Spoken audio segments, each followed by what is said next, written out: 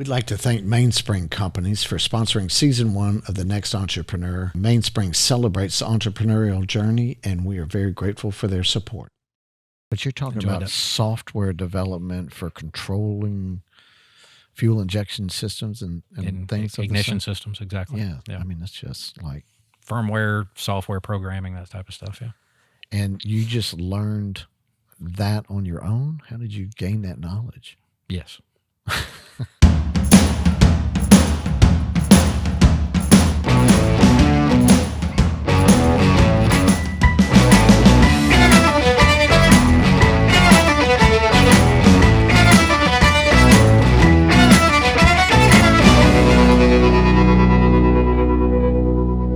Hello, my name is Andrew McClendon. I'm the host of the Next Entrepreneur podcast. I'm here with my good friend Kevin Baxter. Sir. And we are in Winder, Georgia, just outside of Atlanta, where I was this week. And so I appreciate you allowing me into your shop. Kevin is the president of Pro Twin Performance and Baxter's Motorcycle Garage. That's correct. Yes. And Kevin and I met a few years ago, but I have been following him with his content that he puts out online, and he does an amazing job of these YouTube videos, which are like tech videos or tutorials or really in-depth. I mean, just so well done, Kevin. It's just... Thank you. Yeah, I mean, I'm not even an engine guy, and I'm watching 30-minute videos on you, explaining all this stuff. You do a fantastic job. Yeah, so thank you. If any of our listeners are out there interested in that content, check out Kevin Baxter at Pro Twin Performance. So we met a few years ago, and right. You want to tell that story real quick, how that went down?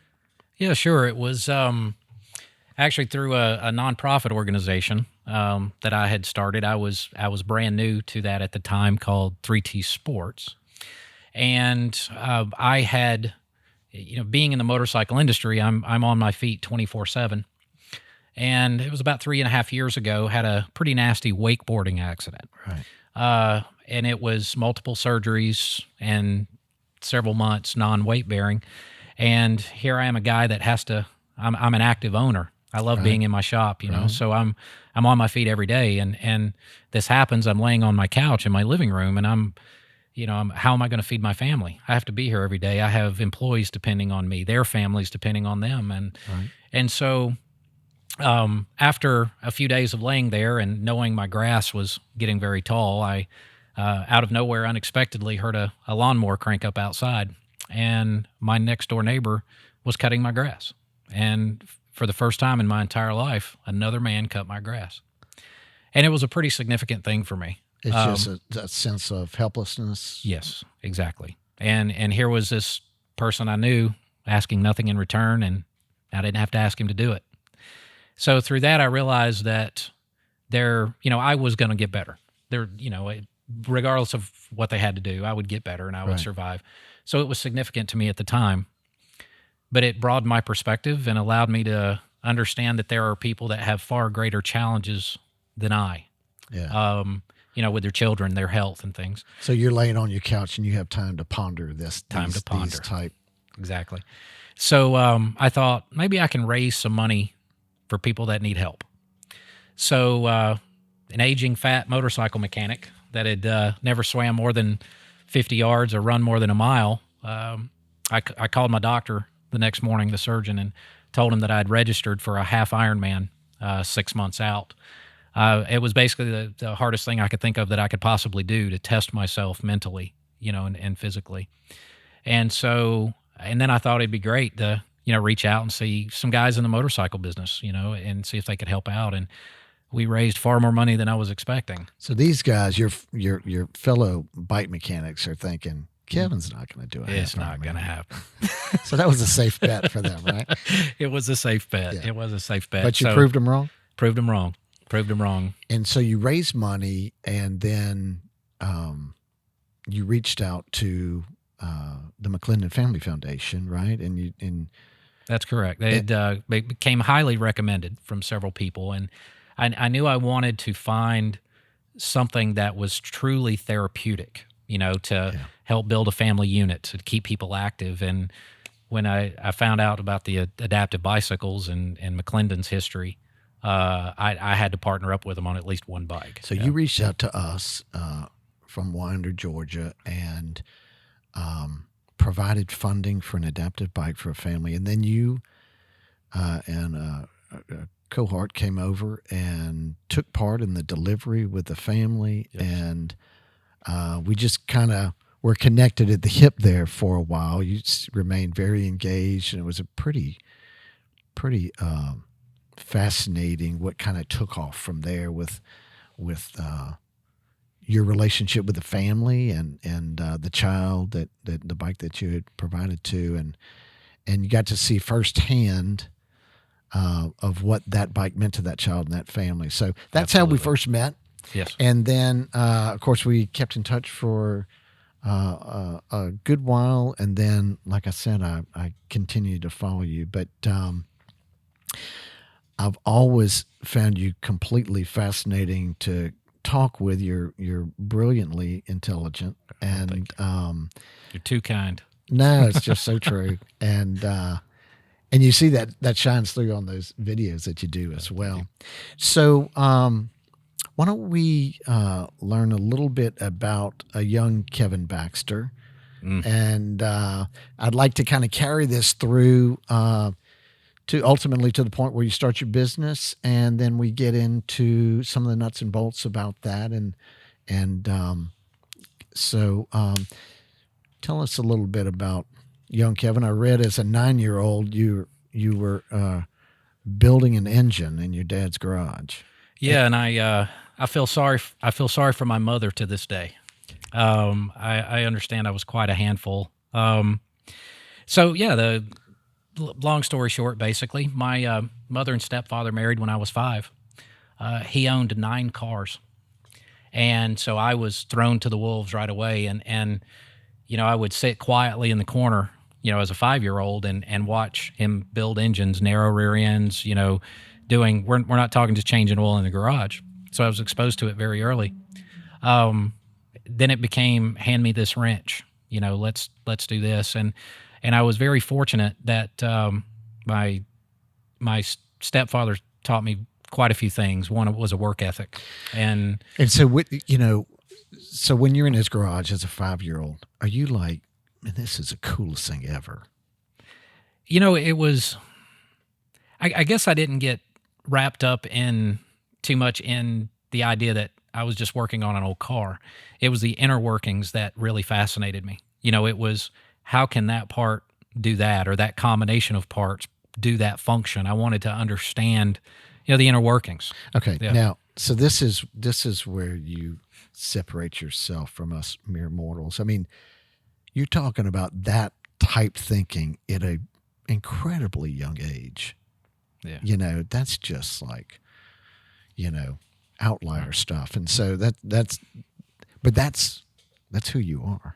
Right.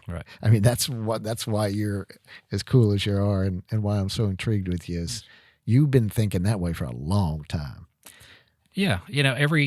Everything I look at, I try to, some call it anal retentive, I guess, perfectionist, whatever, but I look at everything and try to figure out a way to do it better, from making a bed to vacuuming a floor to, and then when you complex mechanical things, Right. Very complex. Yeah, it's understanding how it is and then trying to understand how to make it better. So we were talking earlier, and you told a story, I think, when you're maybe even younger than that, on that tract of land that your stepfather had. had. That's where the work ethic comes in. So let's say I was around 7 years old. Okay. And my parents moved to a log cabin out in the middle of the country. And we had, this is actually kind of how I got into motorcycles, really. So the front yard, if you want to call it that, was actually several acres of field grass covered in rocks. And my stepdad had an old Ford 8N Jubilee tractor. And of course, I'm a little guy, and my job became driving the tractor. Now it was interesting because on those old tractors, you have a essentially clutch pedal on the left-hand side, and then on the right-hand side of the gear case, you have a left and right-hand steering brake. Well, I didn't weigh enough to push the clutch, and I didn't weigh enough to push the brakes either. So what I tried to figure out how to do is I would stand up on the seat, jump down onto the clutch pedal, put it into gear, jump back on the seat. Now, if I wanted to stop, I would have to jump on the clutch, shift it into neutral, jump over the gear case, back to the brake pedals to get the thing to stop. So I figured that out and got pretty good at it after a little bit. But one of the things that stands out while we were there, we had this field is completely covered in rocks and such. And my stepdad comes to me one day with a notepad and a pencil and a calculator. And he said, "So I need all the rocks out of the field." And here I'm a young kid. I'm looking at this, figuring out how to do this. And so he said, "I tell you what I'll do. I'll give you 5 cents for every rock you pick up." Okay, sure. So I take out my notebook and I start looking around. Well, in the middle of the field, there was this enormous, looking back at memory, to me, it was this enormous boulder. It was you could almost carve Mount Rushmore on it. The thing was massive, right? So, so I looked at him and I remember saying, "What about the big one?" And he said, "No, I told you. You get 5 cents for every rock. Just get it done." And he patted me on the head. So I sat there for a few minutes trying to figure out how I was going to do it. Well, I went to the basement and I decided to go after the big rock first. So I went to the basement, got a chain, hooked it around the back of the tractor, hooked it around the rock, jumped off the clutch pedal, and the chain rolls off the rock. And then I did it again and did it again. It took me all day to move that one stinking rock, and he gave me 5 cents. Well, the next morning, I got up, sun come up, I'm headed to the tractor. Kind of made me mad because he says, "No, we're going to make a run to the hardware store." Cutting into my work day. Yeah. So we pull up the hardware store, and there was a Honda motorcycle dealership right next door to it.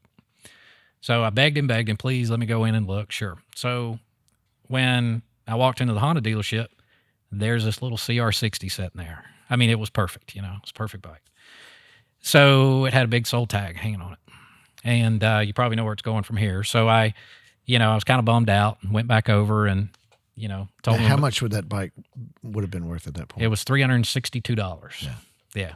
So we ended up looking through plumbing supplies and all that stuff for about 20 or 30 minutes. And when we walked back outside of the hardware store, that bike was in the back of his truck. When he had seen me go after that big rock first, he made the phone call to the dealership and bought that bike that day. So that sold sign was for you. That sold sign was mine. Oh, man. So it gives me cold chills, really. Mm-hmm. That set me up. Of course, many, many lessons from him, but that was a work ethic lesson. And I'll never forget that one. Yeah, that is fascinating. Yeah. Because, you could have gone for the low-hanging fruit first and moved, 1,000 Now, don't get me wrong. I still had to move the rest of the rocks. Yeah. I still had to pay for that bike.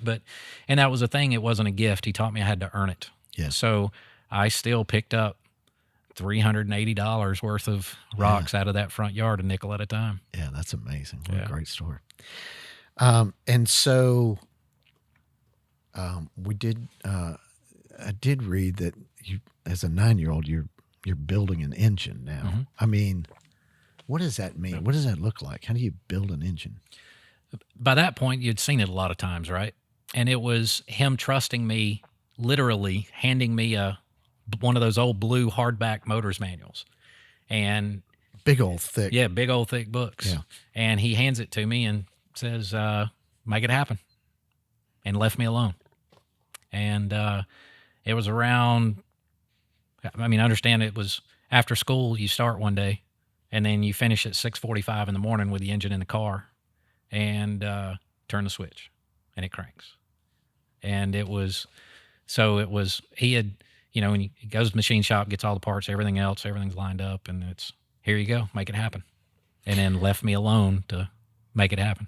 And so for us that don't totally understand what rebuilding an engine means. What, like, how do you summarize that? What is that? Well, I mean, is that where you're getting into the pistons and you're replacing rings and things like that? Pistons, rings, rods, bearings, springs, valves. I mean, every little part and function, camshafts, rocker arms, nuts, bolts. Yeah, they're taken apart completely, and then cleaned and oiled, or rings being replaced, gaskets being replaced. Is that what we're talking about? Correct. And then you put it all back together. Correct. Wow. Yeah. And so that was a overnight project. Mm-hmm. It was. Now, why was it that? I mean, because of your drive to get it done, or did your dad give you a deadline? Or no, it was the normal thing was when you come home from school, you do your homework, you take out the garbage, you do all these things. Chores were done, you go to the garage, and on Friday afternoons it was same thing. Come home, take out the garbage, do the things you need to do, and then we would spend virtually all weekend in the garage, either going to car shows or whatever. And then, of course, the grass had to be cut. The bathrooms had to be cleaned, all the typical chore, well, what should be typical chores for kids anyway. And so it was, I'm home from school. He comes home, parts were all laid out, and he knew what he was doing. He hands me the motor's manual. It better wake me up in the morning. So, and completely left me alone. So the engine was assembled, dropped in the car, and ignition fired at 6:32 in the morning. Oh my goodness! Yeah, so it was an all night project. That's incredible. Yeah, it was fun. And okay, so you were how old when that happened? I was 9. 9. That's insane. Yeah, it's insane to think that any. I mean, that's just hard to comprehend. But that's your makeup, right? Yeah. I mean, that's fascinating. So tell me what a high school Kevin Baxter looked like. I mean, are you in shop classes? Are you, just focusing on mechanical stuff? Are you doing sports, or what does all that look like? And how in school and? Well, first I sympathize with my teachers as much as I do my mother. Fortunately, I mean, I was a handful in high school. But I fortunately had teachers that gave me that opportunity to just let me grow, and develop. So part of me was, I would say, very elevated academics. By the time I got out of high school, I'd had a couple of years of calculus, physics, all the gambit, everything there. But I was also involved with ROTC. I enjoyed the structure that the Naval Junior ROTC, but I also took a shop class. I took woodworking, took video editing on Super 8. Actually, it was old stuff, right? That's 25 years ago. Yeah. So longer. Yeah, VHS was exciting back in the day, right? So it was a bit of that. I played football for a year, wrestled for maybe half a season. And then also got into a lot of special projects for the school, actually. Like the Board of Education had me put together some sort of video about a couple of the schools. And so I'm carrying an old, huge VHS camcorder around the schools. But they really gave me opportunity to do a lot of different things, that allowed me to use my brain. And most of them ended up being mechanical in some way or another. Yeah, so that just continued. And then, so post high school, you're enter the working world, right? Right. And but there's a good 10 years before you're into business for yourself. Right. Right? Did I have that timeline right? Yeah, about 10 years, yeah. Yeah. So give us a quick synopsis of what those 10 years looked like and what your experience was as it relates to entrepreneurial drive. Sure. As an employee, maybe. Right. Well, during this whole time from 5 years old even to this day, I always had a car, a motorcycle, something in my garage that I was working on and involved in. but I wasn't sure where my professional career path was going to go. Right. So honestly, I didn't really know exactly where I wanted to go. Fortunately, I had great employers along the way, each offering more opportunity, for growth and really giving me a chance to, to grow and learn new things. So, Right. I started out just in automotive retail business, then with managing some automotive retail stores. Then that moved into the service center chains. I became like, a traveling, regional national service advisor type thing, at different automotive facilities. Like at what age are we talking now? I was in my early 20s. Yeah. Yeah, early 20s. So it was quite a challenge. Here I am, 21 years old, looking at a 50-year-old man that's been working on cars twice as long as I've been alive, telling him how to do his job.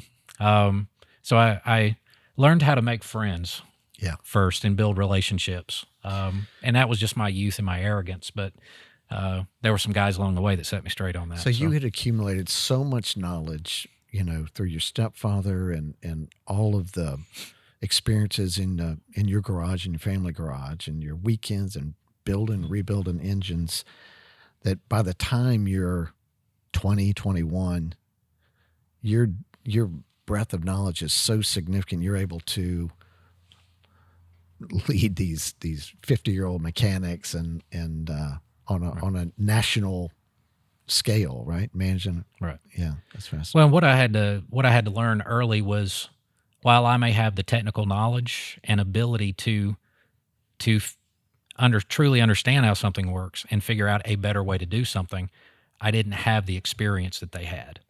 So what I had to learn as, again, an arrogant youth at the time, was how to embrace their experience, because it was far valuable than my education, I guess. Right. So embrace their knowledge and then use that to develop better ways to do things. And fortunately it worked. Yeah. Yeah, that's cool. So how long did you do that? Well, that went on for a few years, probably 3 years maybe. Then my passion for restoring old cars came to be again. So I spent a little bit of time at Year One Muscle Cars. They're a catalog distributor for classic muscle cars. So I did that for a little while, and then I realized how much I liked the retail side of sales. So I became a sales executive with Genuine Parts Company, Napa Auto Parts, and it was great because I could go in, and now that I had some age behind me and some experience, I could go in and a lot of older guys been around for a long time, didn't have a lot of computer knowledge. Cars then were making that transition from carburetors to fuel injection. Right. So I could teach them, having respect for them and their knowledge of carburetors, right, and help them make that transition. And it was hugely successful. And so one of our biggest customers was a commercial roofing contractor. And I built a relationship with them because they had an enormous fleet of vehicles. Wow. Yeah. So then I, taking a job with him as a marketing executive, and then started a couple of subsidiary companies for him, helped him to develop a couple of more. And during all of that's going on, more companies in the automotive and motorcycle industry started contacting me to help with research and development and product testing. So that grew more and more. Then we started developing. That's just a side gig? Just a total side gig out of the garage at my house. And so then we started developing engine computer systems. Well, then that turned into me traveling and teaching people how to do fuel injection and how to actually build engines and design engines. Yeah. So okay, finally, now that sounds like just otherworldly to me. I mean, that's just like two ends of the spectrum, really. But, building construction and motorcycles, but it was always, a collective passion because I was able to solve problems and do innovative things. But you're talking about software development for controlling fuel injection systems and things. Ignition systems, exactly. Yeah. I mean, that's just like firmware, software programming, that type of stuff, yeah. And you just learned that on your own? How did you gain that knowledge? Yes. It was, if I'm one that I can appreciate information gained from others, but I need to know for myself. Yeah. And if I will learn how to do something. If there's something that fascinates me, I want to know everything that I can know about it from firsthand experience. Okay, so let's take a quick pause right there to get in a word from our sponsor, and we will be right back.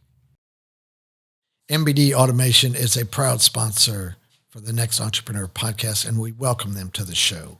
MBD Automation is a mechanical install contractor who installs conveyor systems and automated equipment, VRCs and singulators and sorters and all sorts of equipment that you'll find in e-commerce fulfillment centers, distribution centers, mail processing facilities, airports, and the industrial market and in the defense industry. MBD Automation works all over the United States and has a list of international clients that they perform work for in the U.S. as well. When you're looking for your next mechanical install contractor, reach out to MBD Automation. They can be found on the internet at mbdautomation.com. Okay, we're back. We're talking with Kevin Baxter, the president of Pro Twin Performance and Baxter's Motorcycle Garage. And you're telling us a story. You're working for a roofing company. You got a side gig going, doing some crazy design work on motorcycle ignition systems and fuel injection and testing stuff. And that just seems so wild.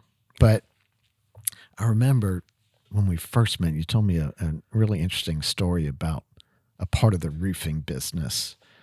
Would you share that with us? Yeah, sure. Absolutely. I was with this roofing company for maybe, I would say 6 or 8 months at the time. And I was walking through new construction development one day, and I saw a roof plan that had a corporate logo on top of the roof plan. So I asked our new construction manager what that was about. And he said, oh, this company, they want an exact duplicate of their corporate logo, correct colors and everything on top of a roof. And they want it to be like bigger than a football field. And I went, okay. And he says, we can't figure out how to do it. How are you supposed to do it? I said, don't worry about it. Just quote the price. And it was, it was kind of a really funny thing. But me, it seemed somewhat passive. And what is it? Richard Branson says, if you don't know how to do something and an opportunity comes up, just figure out how to do it later. Yeah. Or if someone asks you if you can do something, the answer is yes. Yes, and figure out how to do it later. Right. So after I stuck my foot in my mouth, I knew I had to figure out how to do this. So this logo has to become part of the roofing system, right? Exactly. Right. It's safe for the roof and all that, and matching their corporate Pantone colors perfectly. It had to be perfect. But when it's 180 feet tall by 360 some feet wide, just the mere scope of it, you know? So literally one of my things was I didn't want anybody to know how I did it, was one of the big things. So I triangulating points in AutoCAD, me and 2 other guys went on the roof literally with Sharpies, ropes, and 3 100-foot tape measures. And we laid out the entire thing. Now, I understand I'm terrified. So when you're on top of this roof, you have no perspective. You have no idea what it looks like. Right. So we laid it out. Then we had actually a roof compound, a liquid applied material that I had custom tinted to match their Pantone colors. And we laid this whole thing out. I'm terrified what this is going to look like. And I ended up working with the FAA to find out flight patterns, so I would know how tall to make the letters because of incoming, outgoing flight patterns, what altitude they were going to be at, so you can figure all this stuff out. Well, so we finish it, and we got clearance to have a helicopter go in and do the aerial. You could see the dimples on the golf ball. You could see the stripes on the basketball, of this big, enormous logo. And it became a company called rooflogos.com. So we started, there were roof logos all over Atlanta now. I haven't been involved with the company for many, many, many years, but it was neat to be the first one to do that. And when you fly out of Atlanta, if you're flying westbound, you'll see these big logos on these buildings that are still there. And it's kind of neat to fly out and look down and see that. Yeah. That's fascinating. So we're leading up towards you forming your business, right? Right. So, tell us how and at what point did you say, I need to get into business for myself? And what did that look like? Well, I was fortunate again to have employers along the way, especially at the roofing company. I have an incredible amount of respect for the man that owned that company, because he allowed me to be an entrepreneur to some degree, to flex that. But I had to get back to my roots. I had a passion for getting my hands dirty every day. I had a wonderful corporate career. I loved what I did. Learned a lot. Was very successful at it. But there was that start to finish unencumbered aspect of creativity that I was missing. And I already had so many people in the industry, in the motorcycle industry, calling me anyway, and I was already building engines in my garage at my house and tuning motorcycles and traveling all over the world doing seminars, teaching people how to do this stuff, that I just thought it was time. So I literally went into his office and said, I love you, man. Thank you for everything, but I'm going to go play with motorcycles. You got to do this. And we kicked the door. I kicked my garage door open at my house, and that's where it started. Yeah. And so, what period of time was it before you got into a building? And was it this building? No, this is the second building we've been in. Yeah. I worked out of my house for probably about a year, I would say. Well, again, I was working on, that entire time, but from quitting my job, not knowing if I'm going to have another customer tomorrow, then opening the garage doors and doing what I could. My basement was maybe 1,800 square feet. And within just a matter of weeks, I had 30-something motorcycles piled in there. I was moving motorcycles out to, just to walk in the garage. Yeah. So then you were able to get out of your garage and you got into your first building, right? How long was it before you outgrew that? I was there about 5 years. I outgrew the building the first year I was there, but I was in a 5-year lease. So I stayed there. Yeah. So, when I walked into your garage today, it's just like jam-packed with bikes. Yeah. But the thing that I have been intrigued with is watching some of your videos where you have you're not just rebuilding an engine or doing something. You got some pretty inspiring projects going on. Yeah. So I saw a video where you had built a trike motorcycle. Is that what you'd call it? Correct. Yeah. Three-wheel bike. And for a gentleman by the name of Patrick, who was in a wheelchair. Mm-hmm. And so why don't you fill us in a little bit on that? Look. Yeah, Patrick was a great guy. He was he's actually paralyzed from the chest down. I see. And he's a military man, and he's a patriot, just a genuine, good, hardworking guy, mm-hmm. calloused hands. But he owned a Victory motorcycle, and he loved that motorcycle. No way he could ride it. Well, that model of Victory motorcycle, no one made trike kits for it.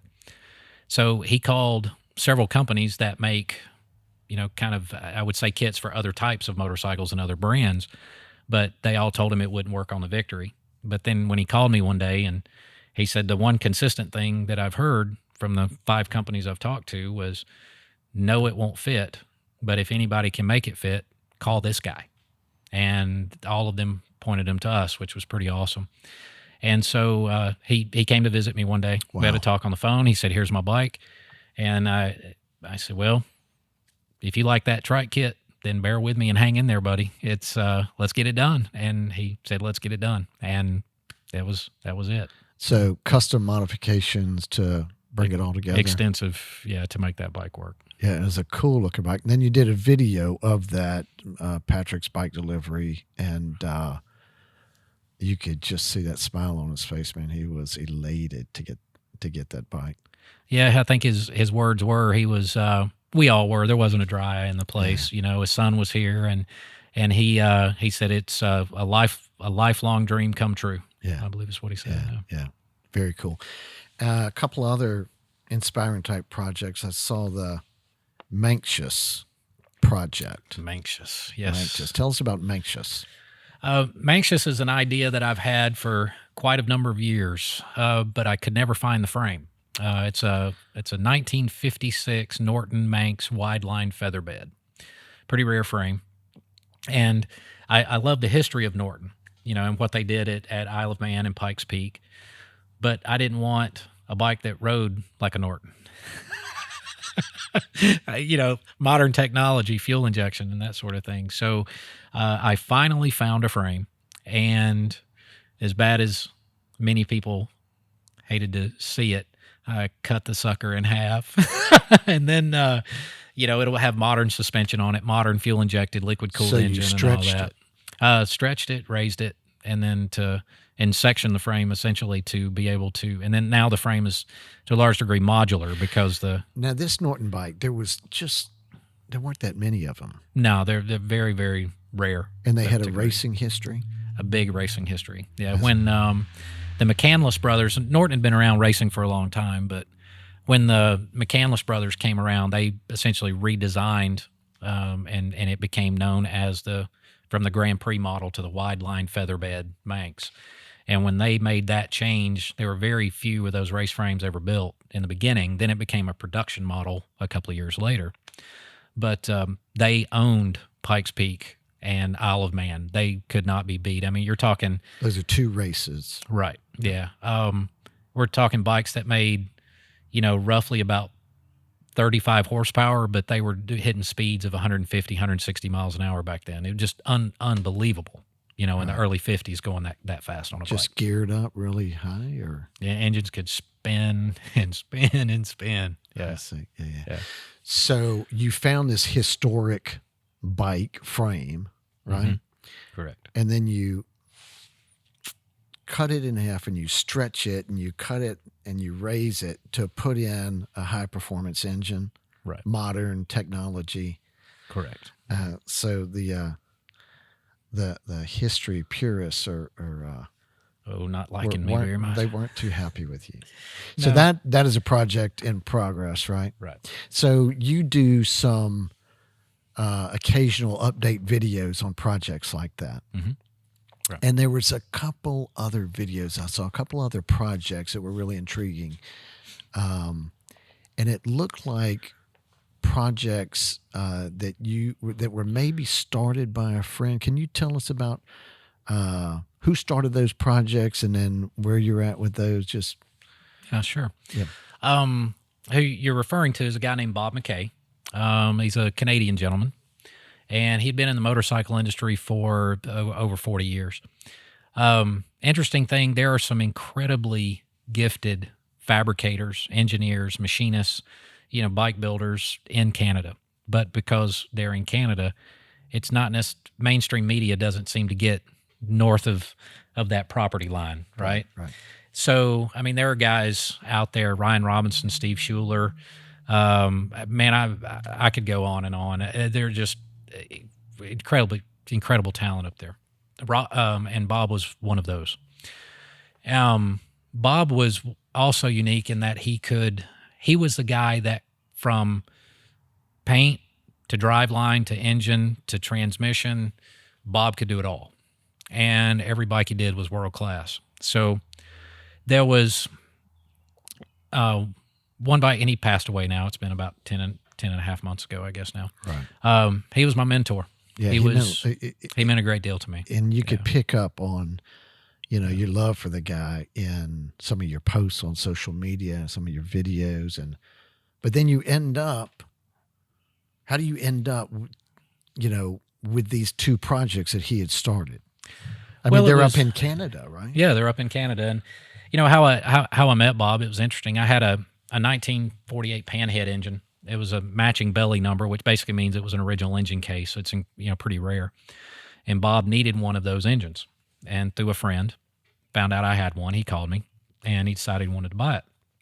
So we met in Panama City Beach. We judged a bike show there, and I sold him the engine. Well, I didn't sell it for him anywhere near as much as I should have. Now, I understand I was brand new to the really, entrepreneur, this type of thing. And here is this man that I've read about in magazines. He's a legend. He's a legend paying attention to me, Right. So a few weeks after he bought the engine, he called me and he said, look, I need to know, you didn't make any money off that motor at all. And I said, no. And he said, well, you should have.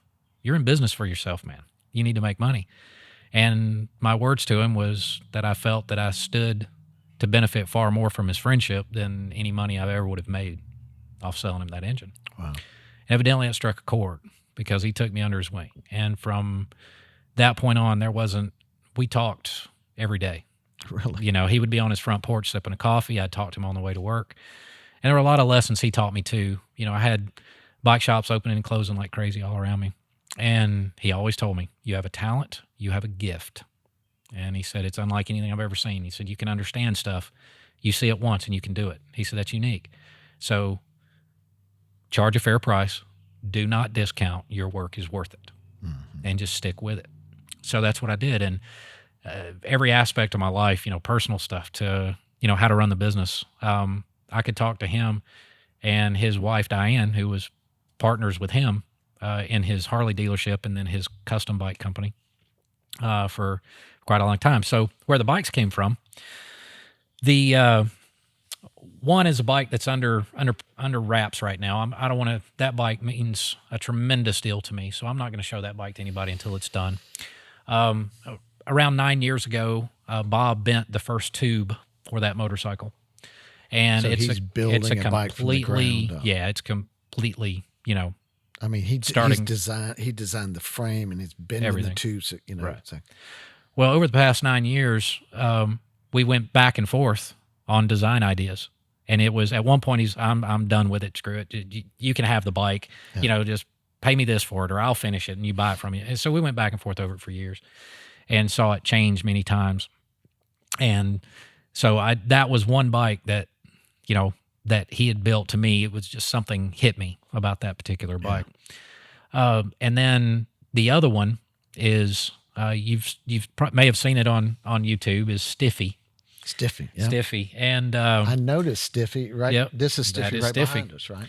So and I noticed it when I walked in your shop. I said, that's Stiffy. And Bob had looked, that is a very rare frame. In 1974 to 76, a company called the Motor Shop out of Anaheim, California, made less than 100 of those frames. And it's a single loop, single down tube bobber frame. And it's kind of the quintessential bobber, but they are incredibly rare, incredibly hard to find a real one. So Bob had looked for one for many, many, many years, and he finally found it. So he bought it, and he had a couple of ideas for it, but then the last time that he and I spoke, he said, I think I want to make that a panhead 4-speed kicker. I want to put a magneto on it. I got a few ideas and, of how I want to do it. And we talked about it a little bit, and it was interesting because one of our last conversations, he had built a bike a while back called Slimmy. And so this being a hardtail, I told him, I said, man, you got Slimmy, you need to call that one Stiffy. And he just buzzed out laughing. He thought it was the funniest thing. So, and it stuck. So he never put the word out that he was going to call it Stiffy. I got to do that, which was awesome. But so I went up after he passed away, unfortunately, totally unexpected. He's missed dearly by a lot of people. Yeah. A really great guy. Went up to a few months after he'd passed to just help his wife sort through things. And he had another bike that he was building for a customer, an old Tracy body shovel head.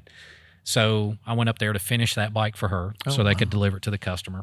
And I came home with those two bikes. And, my promise to Diane and his daughters was for me to finish those bikes exactly the way that he would have intended, to the level that he would have done it. So it's challenged me to some, because I know I know how good it would have been if he did it. Right. So I've had to do things over and over and over again. But there's no substitute for perfection on these two bikes. Absolutely not.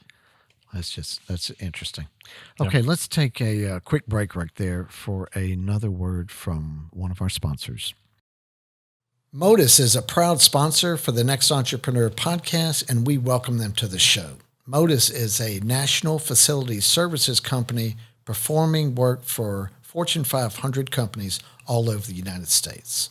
So who is Motus and what do they do? These guys do the non-mechanical installations inside big distribution and fulfillment centers. So the way they like to say it is they take it from the conveyor to the dock door. What does that mean? It means they're building the pick stations. They're doing all the cabling for all of the electronic equipment.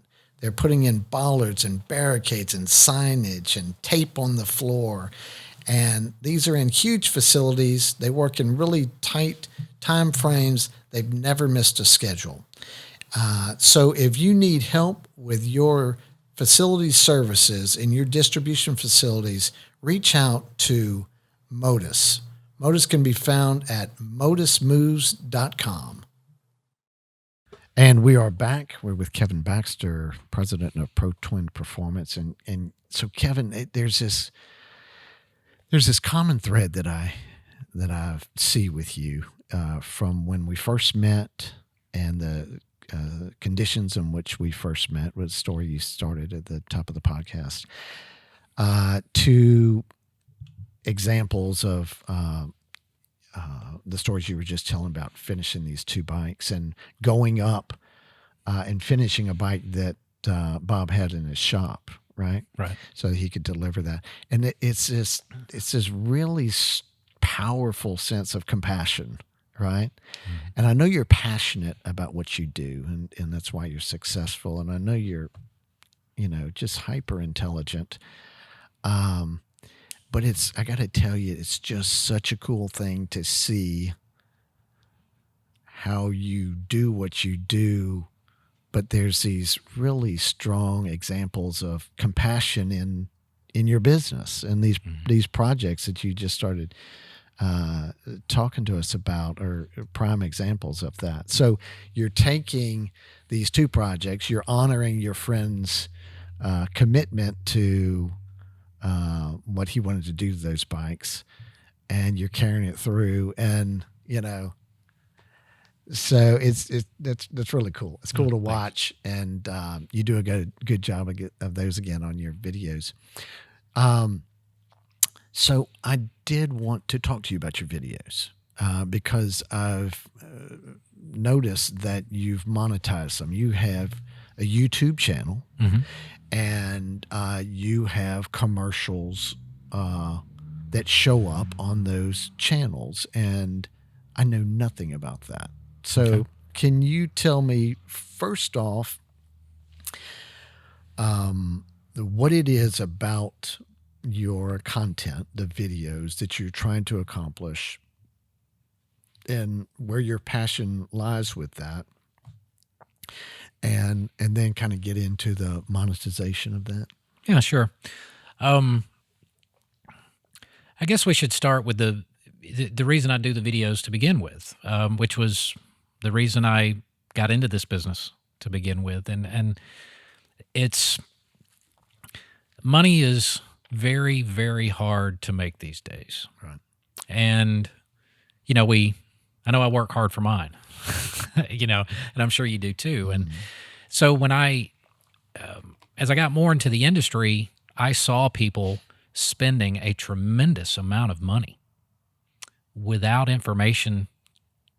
They're almost blindly spending money. Now, there's exceptions to that, obviously. I mean, there are educated consumers, but I saw a drastic need on both sides, not just for the repair facility to be able to more efficiently, provide value to their customers, but also to educate consumers to help them, best know how to spend their money and understand what their options were. Understand their options, exactly, and to not get caught up so much in marketing.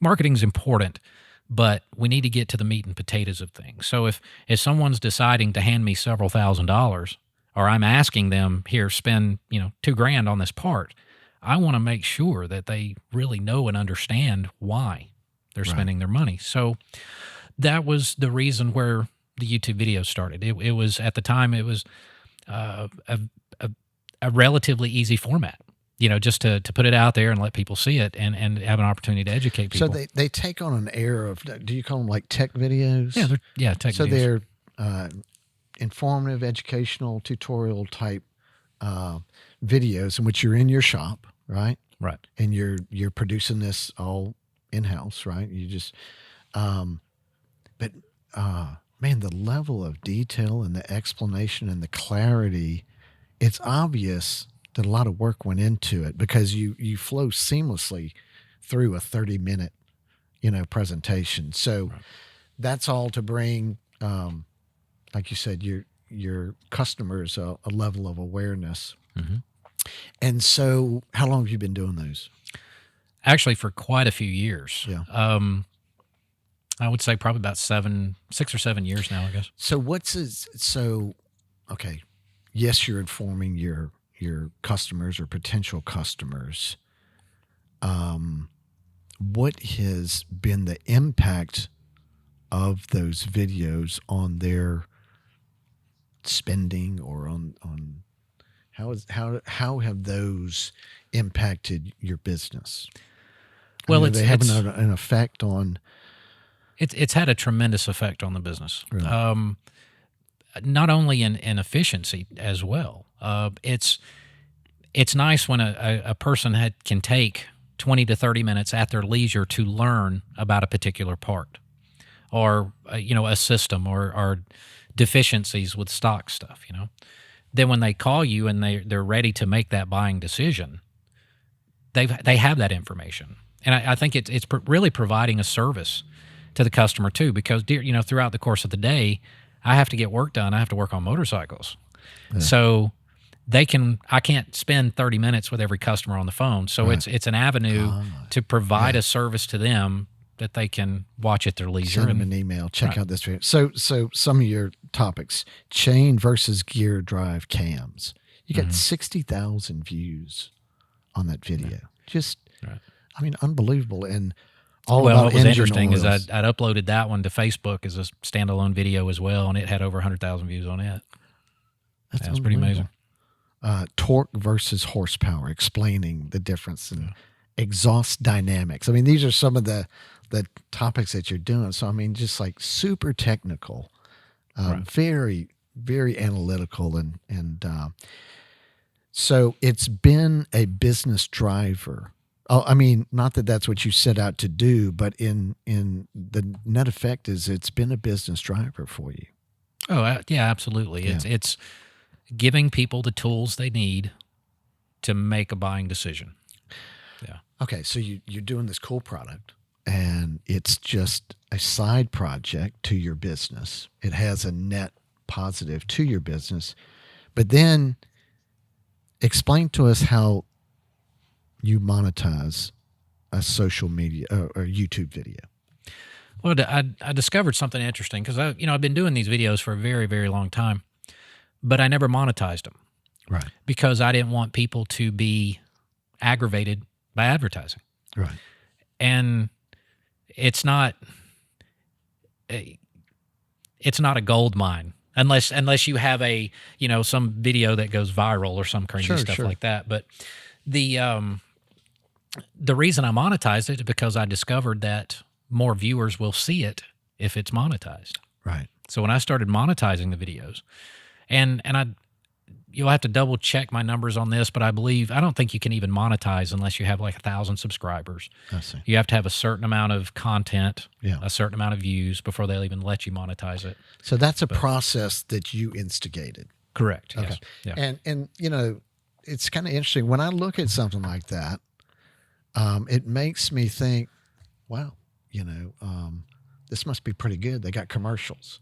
And I have the flexibility of watching the commercials or skipping the ad, right? So, I mean, it's not that painful.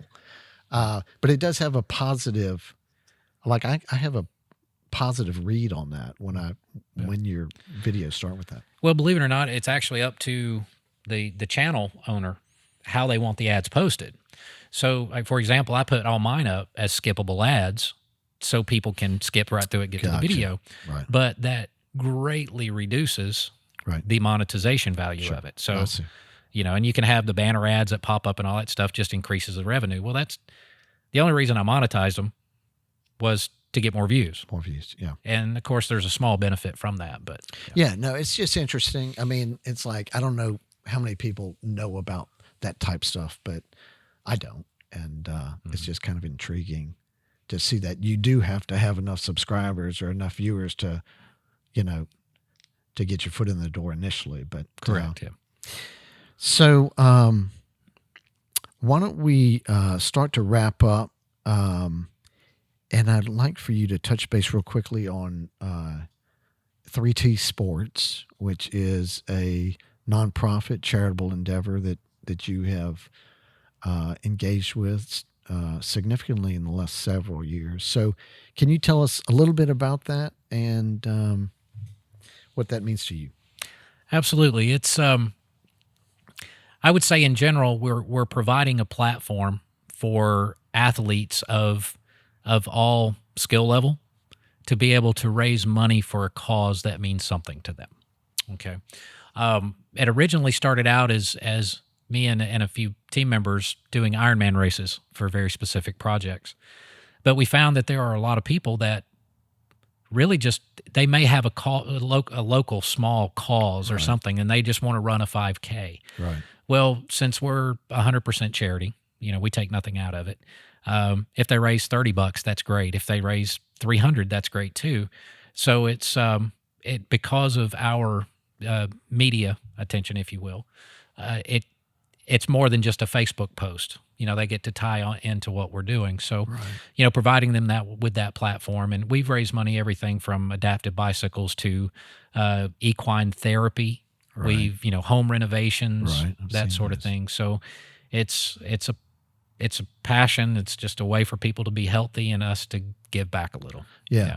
Very cool. Yeah. I mean, it's real cool what you've done, and you've shared some great videos with that as well. Oh, so your high school video project or class that you had has carried through to your business, your nonprofit, and it's interesting how that works. I mean, but is there a better way to communicate than video? I mean, if a picture's worth 1,000 words, a video is worth 100,000, right? It's you capture emotion and feelings and so that's really cool. So I wanted to ask you what your thoughts on the plans for your business are looking down the road. Any major thoughts there? Well, I think I like the size of my business now because I can maintain the personal relationships with our customers. Right. Relationships become friends. I used to rely more heavily on social media than I do now. And it's because I think we're starting to see that trend change a bit, where business is about more than a boosted post on Facebook and Instagram. It's great to get it out there and let people see you, but you can't depend on it. Right. So I like where the business is now. We'll be expanding services and products. We do have some new products under development, and I've had a great deal of people ask me to restore a car for them. Yeah. So actually, next week I'm having some automotive lifts installed, and you'll see the car chassis over there for the 48 Chevy Fleetliner chassis that's sitting over there, and then a couple of automotive engines. So we never really stopped doing automotive engines. Yeah. But I love cars too. And someone has asked you if you could help him with a twin turbo. Yeah. Know a little bit about those boosted engines. Yeah. So, final question. Sure. As you look back on your career, your business, what advice would you give to a 25-year-old Kevin Baxter?